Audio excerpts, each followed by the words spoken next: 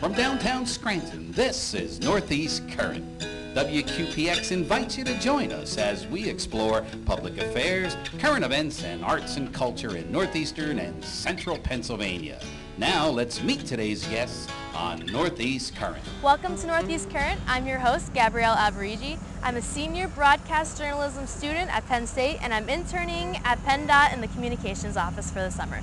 We're here at the Lackawanna County Intermodal Station, and we're here with Andrew from AAA, and he has some tips on senior driving, tips for the summer, because there's so many people on the road going on vacations and just in general traveling. So thank you for joining me here today. No problem. Could you just give me some information on the programs you have for drivers over the summer? Yes, and like you said, with summer traffic, more people on the road, there's more risk on the road today. So one of the best programs we have available at AAA North Penn is the Driver Improvement Program, and that is an 8-hour course that's offered to anybody over the age of 55, and they complete this 8-hour course, and a lot of the content that we cover would be risks on the road, types of crashes that older drivers versus younger drivers are involved in, and basically how they can reduce and limit risk.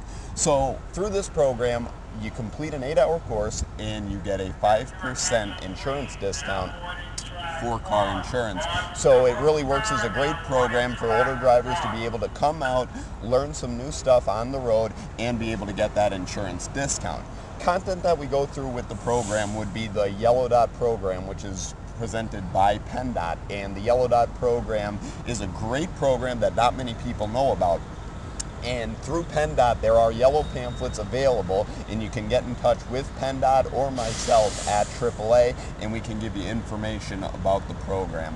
Now, could you tell me a little bit more about the Yellow Dot program? Yes, the Yellow Dot is a great program through PennDot, and it is a pamphlet. And in that pamphlet, on the first page, you'll find a Yellow Dot sticker. This sticker can be applied on the rear windshield of your car. So a lot of people driving around have this Yellow Dot sticker on their back windshield. What does it mean? Well, in the state of Pennsylvania, EMS would pull up to your vehicle due to a crash, and they'd see this yellow sticker.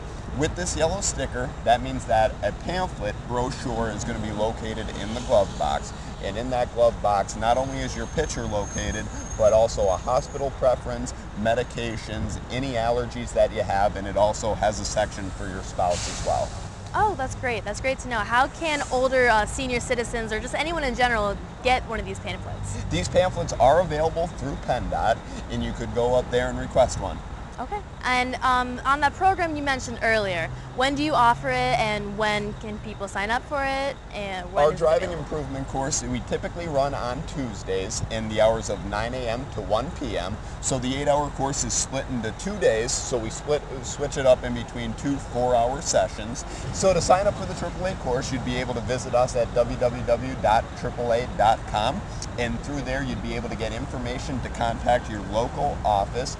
And through there, you'd be able to speak with one of our member services representatives, and they'd be able to give you the information to sign up for the course. All right, great. Thank you very much. I'm standing here with Mike Toledo, the Safety Press Officer at PennDot. Now, Mike, I know there's a lot of events coming up in the summer for safe driving for seniors, so can you tell me a little bit about those? Yeah, as Safety Press Officer, we try to do some safety events throughout the summer and throughout the fall and all year. And we have a car fit program scheduled for July 21st at the Senior Center in Falls, Pennsylvania, Wyoming County. And what car fit is a program where seniors, if they're afraid of, it fits them to their car. It's a 12-point program where we ask them 12 questions. We put them in their car. We check their seatbelt. We check their the lens of the steering wheel. We see if there's any bumps on their car. We check their mirrors. So there's a 12-point thing that we check. Okay. Does this process take long? It takes about 15 minutes. Okay. How many people do you normally have attend? Well, you can make an appointment. We're there from 11:30 to 1:30. So, and we won't turn anybody away. So we try to do every 15 minutes. So we'll probably get, sometimes we'll get 10, sometimes we'll get 12 people. Okay, great. Do you think it's important for seniors to go to these car fits? Oh, absolutely. It gives the senior to make sure they're in their seat isn't proper. There's also aids that can help them get out of the car if they're having issues trying to get out of the car, in the car, and seatbelt aids too. So it's all about safety and making the senior safe in the car. Right, exactly. It's all about getting the seniors to stay in their car and be able to drive for as long as they can.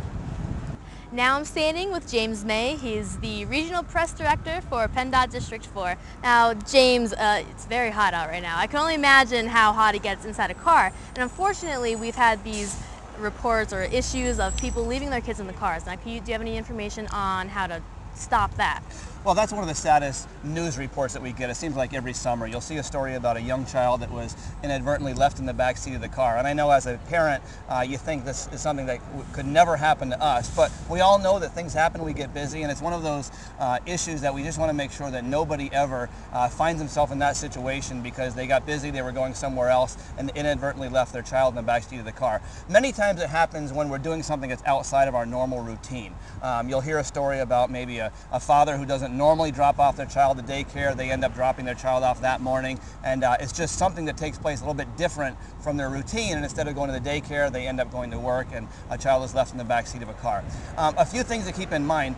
First of all, if a child is left in the back seat of a car, in just a matter of about 10 minutes, the temperature inside a car can increase by about 20 degrees. On a day like today where the sun is just beating down, that would be much higher and much quicker. So if you ever find yourself in a situation where you see a child who's been left in the backseat of a car, do whatever you need to do to get that child out, and do so as quickly as possible. Don't stand around and wait for someone to come, because inside the car, the temperature is increasing so quickly, and when the body temperature of a child reaches 107 degrees, that's when they would normally die. We also may think sometimes that it's not all that hot outside. Even if it's about 60 degrees on the outside, the temperature inside can reach 110 degrees very, very quickly because the sun is going in and there's that greenhouse effect. So it's important for us to be vigilant. If you're walking through a parking lot, it's not a bad idea to just kind of glance and make sure you don't ever see a child who's been left in the back seat of the car. One tip for parents, and I think it's a great idea, if you have a car seat in the back of your car, which all parents should if you have a young child, put something in that seat, a stuffed animal or some other memento that the child likes, and then make it a habit that when you put the child in, that teddy bear or whatever it is goes up in the front seat with you. Maybe it sits right next to you, and you can sort of make a game out of it with the child. And then when the child is taken out of the car seat, you take that teddy bear and you put that where the child was. And if you can get your child to look at this like a game and to understand and to have fun with it, it would be much more likely if you get out of your car and you're driving and you see that teddy bear sitting up there, it should be a reminder to you that your child is in the back. So it's one of those things that we just think it could never ever happen to us, but unfortunately it happens all too often. So we need to do what we can to make sure that we're being safe and keeping our kids safe on the roads. Right, exactly. That's really good information, really helpful, especially in the summertime now. Now, again, with summertime, people are traveling. There's more people on the road going on vacations, going to see their friends. I know I'm going to Pittsburgh this weekend, so I'm going to be on the road. So do you have any tips for me and for other drivers who are going on vacations to making long trips before they head out? I do. For you, make sure you have your car in good working condition before you head out. Make sure that you have either a mechanic or your dad or somebody take a look at that, and just make sure that your car is in very good working condition. So Mr. Alberigi, make sure Gabby's car is in good working condition before she heads out to Pittsburgh this weekend. Also, just make sure that you have some sort of kit in the back of your car. If you ever get broken down or you ever get stuck in construction where you're alongside the road for a few hours, if you have children especially, make sure you have something in there for them, and kind of think through, if I am stuck alongside the road for 2 or 3 hours or overnight, what are the essentials that I should have with me? So whether that's certain medicine that you would have, maybe even contact solution, whatever it is that you would need for 24 hours or however long you may be alongside the road, pack all that stuff into a kit to put in your trunk. A good cell phone and a good cell phone charger is a great idea as well, so you can call your dad if you break down along the road. So that's a good thing. And then also there's a website that you can check and make sure that your vehicle doesn't have any recalls on it. There are a number of recalls that have been put out. That website, you told me right before we went on the air, but that website is safercar.gov/VIN. So you can check that website and just check to make sure that your car is in good working condition and that there are no recalls on your vehicle. If you need any more information on the Yellow Dot program, the car fits, or any senior safety driving tips, you can contact Mike Toledo at 570-963-3502. All right, thank you very much. Very useful information. Thank you for watching this segment of Northeast Current. We'll catch you after the break.